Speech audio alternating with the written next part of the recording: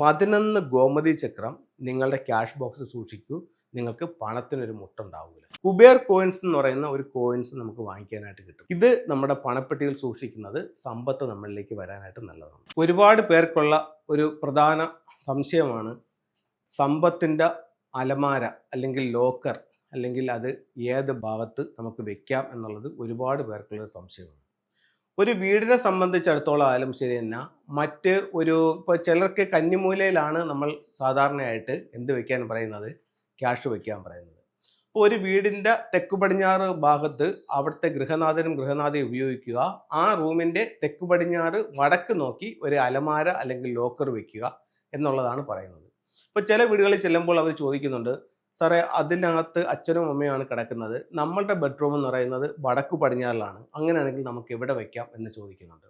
ഇതേ ആൻസർ തന്നെയാണ്. നിങ്ങൾ ഏത് റൂമാണോ ഉപയോഗിക്കുന്നത് ആ റൂമിൻ്റെ തെക്കു പടിഞ്ഞാറ് മൂലയിലും നിങ്ങൾക്ക് ഇതേ രീതിയിൽ നോർത്ത് ഫേസ് ചെയ്തിട്ട് വെക്കാവുന്നതാണ്. ചില കാരണങ്ങളാൽ നോർത്ത് ഫേസ് ചെയ്ത് നിങ്ങൾക്ക് വെക്കാൻ പറ്റുന്നില്ല എങ്കിൽ നിങ്ങൾക്ക് അതേ സ്ഥലത്ത് വെച്ചിട്ട് അതിനെ ഈസ്റ്റ് ഫേസ് ചെയ്ത് വെക്കാവുന്നതാണ്. അപ്പോൾ ഈ രണ്ട് രീതിയിൽ നിങ്ങൾക്ക് കറക്റ്റ് ചെയ്യാം. അപ്പോൾ നമുക്ക് അത് ഇതേപോലെ തന്നെയാണ്. നമുക്കൊരു ഓഫീസ് ഉണ്ടെങ്കിലോ അല്ലെങ്കിൽ ഒരു സ്ഥാപനം ഉണ്ടെങ്കിലോ അതിൻ്റെയും തെക്ക് പടിഞ്ഞാറ് ഭാഗത്ത് നമുക്ക് ഈ പറയുന്ന ക്യാഷ് വയ്ക്കാവുന്നതാണ്.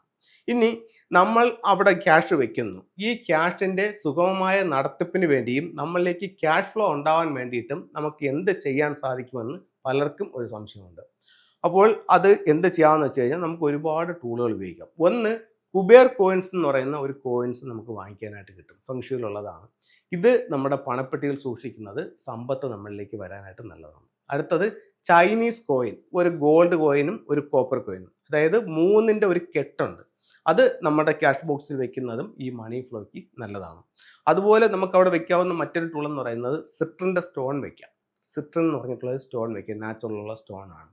അതുപോലെ ഇൻഗോട്ട് എന്ന് പറഞ്ഞിട്ട് ഒരു സാധനം വെക്കാം.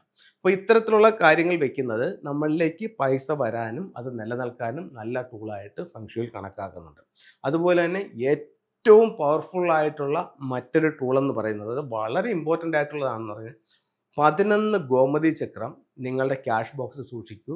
നിങ്ങൾക്ക് പണത്തിനൊരു മുട്ടുണ്ടാവില്ല. ഈ 11 ഗോമതി ചക്രം ഒന്ന് ക്ലെൻസ് ചെയ്ത് ഒന്ന് ഹീൽ ചെയ്ത് നിങ്ങളുടെ ക്യാഷ് ബോക്സിൽ സൂക്ഷിക്കുകയാണെന്നുണ്ടെങ്കിൽ എപ്പോഴും നമ്മുടെ കയ്യിൽ പണം ഉണ്ടാവും. അപ്പോൾ വളരെ പ്രധാനപ്പെട്ട ഒരു ടിപ്സാണ് ഇത്. നിങ്ങളെല്ലാവരും ഒന്ന് പരീക്ഷിച്ച് നോക്കണം. അതുപോലെ തന്നെ നമുക്ക് ഉപയോഗിക്കാവുന്ന മറ്റ് സാധനങ്ങളെന്ന് പറയുന്നത് ഏലയ്ക്ക നമുക്ക് പണപ്പെട്ടിയിൽ സൂക്ഷിക്കാം, ഗ്രാമ്പു സൂക്ഷിക്കാം, പച്ചക്കർപ്പൂരം സൂക്ഷിക്കാം. അപ്പോൾ ഇത്തരത്തിലുള്ള സാധനങ്ങൾ നമ്മുടെ ക്യാഷ് ബോക്സിൽ ഇരിക്കുമ്പോൾ എപ്പോഴും ലക്ഷ്മി കടാക്ഷങ്ങളുള്ള സാധനങ്ങളാണ് ഇതെല്ലാം. അപ്പോൾ നമ്മുടെ ലക്ഷ്മിയുടെ ആ ഒരു അനുഗ്രഹം ബ്ലെസ്സിങ്സ് ഒക്കെ നമുക്ക് കിട്ടും. അപ്പോൾ ഇത്തരത്തിലുള്ള കാര്യങ്ങൾ നിങ്ങളൊന്ന് സൂക്ഷിച്ച് നോക്കൂ. ഒരുപാട് സാമ്പത്തിക അഭിവൃദ്ധി ഉണ്ടാവാനായിട്ട് നിങ്ങളെ ഇത് സഹായിക്കുന്നതാണ്. നമുക്ക് ചില ഫെങ്ഷുയി ടൂളുകളിലേക്ക് പോകാം. ഫെങ്ഷുയുടെ ഓരോ ടൂളുകളും നമ്മൾ ഉദ്ദേശിക്കുന്നതിന് അപ്പുറത്ത് ഫലങ്ങൾ തരുന്നതാണ്. പക്ഷേ പലർക്കും ഇത് കേൾക്കുമ്പോൾ ഒരു സാധനം വെച്ചിട്ട് നമുക്ക് അവിടെ എന്താ സംഭവിക്കുന്നത്, അങ്ങനെയാണെങ്കിൽ എല്ലാവർക്കും ഇത് വാങ്ങിച്ചങ്ങ് വെച്ചാൽ പോരെ, എല്ലാവരും കോടീശ്വരാവൂലേ എന്നൊക്കെ നമുക്ക് തോന്നും. പക്ഷേ നമ്മൾ ചെയ്യണം. നമ്മൾ ചെയ്താൽ മാത്രമേ നമുക്ക് അതിൻ്റെ ഫലം കിട്ടത്തുള്ളൂ. അപ്പോൾ അല്ലാതെ നമ്മളത് കേട്ട് പോയിട്ട് കാര്യമുണ്ടോ അല്ലെങ്കിൽ കളിയാക്കി പോയിട്ട് കാര്യമുണ്ടോ? നിങ്ങൾ ഈ ഫെങ്ഷുയുടെ ടൂളുകൾ അതാ സ്ഥലത്ത് ഒന്ന് ഉപയോഗിച്ച് നോക്കൂ. നിങ്ങൾക്ക് റിസൾട്ട് ഉണ്ടോ ഇല്ലെന്ന് നിങ്ങൾക്ക് സ്വയം അനുഭവിച്ചറിയാലോ. ഒരുപാട് പൈസയൊന്നും വിലയുള്ളതല്ല. നമുക്ക് എല്ലാവർക്കും വാങ്ങിക്കാൻ പറ്റുന്ന വിലയ്ക്കുള്ള സാധനങ്ങളും ഉണ്ട്, വില കൂടിയ സാധനങ്ങളും ഉണ്ട്. നിങ്ങൾക്ക് വില കൂടിയ സാധനം വാങ്ങിക്കാൻ കാശില്ലെങ്കിൽ അത് വാങ്ങിക്കേണ്ട. ചെറിയ സാധനങ്ങൾ വാങ്ങിച്ച് നിങ്ങൾക്ക് ഇതിൽ താല്പര്യമുണ്ടെങ്കിൽ പരീക്ഷിച്ച് നോക്കാം. ഇപ്പോൾ ഇതിൽ ഏറ്റവും ചെറിയ കോയിൻസ് തന്നെ എന്ന് പറയുമ്പോഴത്തേക്ക് വളരെ ചെറിയ വിലയ്ക്ക് നമുക്കത് വാങ്ങിക്കാനായിട്ട് കിട്ടുന്നുണ്ട്. അപ്പോൾ ചില ടൂളുകൾ കാണിക്കാം. ഇത് സിട്രിൻ എന്ന് പറഞ്ഞിട്ടൊരു സ്റ്റോൺ ആണ്. ഇത് നാച്ചുറൽ ആയിട്ടുള്ള സ്റ്റോൺ ആണ്. ഇത് നമ്മുടെ ക്യാഷ് ബോക്സിൽ വെക്കുന്നത് അല്ലെങ്കിൽ നമ്മുടെ പേഴ്സിൽ വെക്കുന്നത് നമുക്ക് സാമ്പത്തിക അഭിവൃദ്ധിക്ക് നല്ലതായി ഫെങ്ഷുയിൽ കണക്കാക്കുന്നു. ഇത് സിട്രിൻ്റെ ഒരു ബ്രേസ്ലെറ്റ് ആണ്. ഇതിൻ്റെ തന്നെ നെക്ലേസും ഉണ്ട്. ഇത് നിങ്ങൾ ധരിക്കുന്നത് നിങ്ങൾക്ക് സാമ്പത്തികമായിട്ട് അഭിവൃദ്ധി കിടാനായിട്ട് നല്ലൊരു ടൂളാണ്. ഇത് ഇപ്പോൾ ഞാൻ ഗ്രീൻ ജേഡ് എന്ന് പറഞ്ഞിട്ടൊരു ബ്രേസ്ലെറ്റാണ് ഇട്ടാക്കുന്നത്. ഇത് ഹെൽത്തിന് നല്ലതാണ്.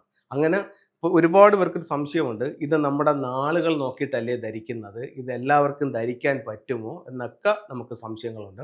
അപ്പോൾ ഇതെന്ന് പറയുന്നത് എല്ലാവർക്കും ധരിക്കും. ഇപ്പം നമുക്ക് പല ഫിലിം സ്റ്റാർസുകളും അവിടെ കയ്യിൽ ഇത് കിടക്കുന്നതായിട്ട് നമുക്ക് കാണാനായിട്ട് സാധിക്കുന്നുണ്ട്. ഇതെന്ന് പറയുന്നത് നാൾ നോക്കി അല്ല ധരിക്കുന്നത്. നാൾ നോക്കി ധരിക്കുന്നത് രത്നങ്ങളാണ്. ഇത് ഉപരത്നങ്ങളുടെ വിഭാഗത്തിൽപ്പെട്ടതാണ്. ഇത് നമുക്ക് എന്താണ് ആവശ്യം എന്നുള്ളത് കണ്ടിട്ട് നമുക്ക് ധരിക്കാവുന്നതാണ്. ഞാൻ നേരത്തെ സൂചിപ്പിച്ച ചൈനീസ് നാണയങ്ങൾ ഇതാണ്. ഇത് ഗോൾഡ്, ഇത് കോപ്പർ. നമ്മളിലേക്ക് പണം വരാനും ആ പണത്തെ നിലനിർത്താനും ഈ ചൈനീസ് നാണയങ്ങൾ നമ്മളെ സഹായിക്കുന്നു. ഇത് നമുക്ക് പേഴ്സിനകത്ത് വയ്ക്കാം, ക്യാഷ് ബോക്സിനകത്ത് വയ്ക്കാം. ഇതാണ് ഇൻഗോട്ട് എന്ന് പറഞ്ഞ ടൂള്. ഇത് നമ്മളിലേക്ക് സ്വർണ്ണ സമ്പാദ്യങ്ങൾക്കായിട്ടാണ് ഫുങ്ഷോയിൽ ഇതിനെ കണക്കാക്കുന്നത്. ഇത് നമ്മുടെ ക്യാഷ് ബോക്സിൽ വെക്കാവുന്നതാണ്. ഇത് മണി ഫ്രോഗ് ആണ്. സാമ്പത്തിക അഭിവൃദ്ധിക്ക് വേണ്ടി വെക്കാം. ചുണ്ടിൽ ഒരു ചൈനീസ് കോയിനും കടിച്ചു പിടിച്ച് എല്ലാ സൗഭാഗ്യങ്ങളുമായിട്ട് സമ്പത്തിൻ്റെ ഒരു തവള വീടിനുള്ളിലേക്ക് കടന്നു വരുന്ന രീതിയിൽ ഇതിനെ നമുക്ക് പ്ലേസ് ചെയ്യാവുന്നതാണ്. അപ്പോൾ എല്ലാവർക്കും എല്ലാ ഐശ്വര്യങ്ങളും ഉണ്ടാവട്ടെ എന്ന് പ്രാർത്ഥിച്ചുകൊണ്ട് നിർത്തുന്നു. നന്ദി, നമസ്തേ.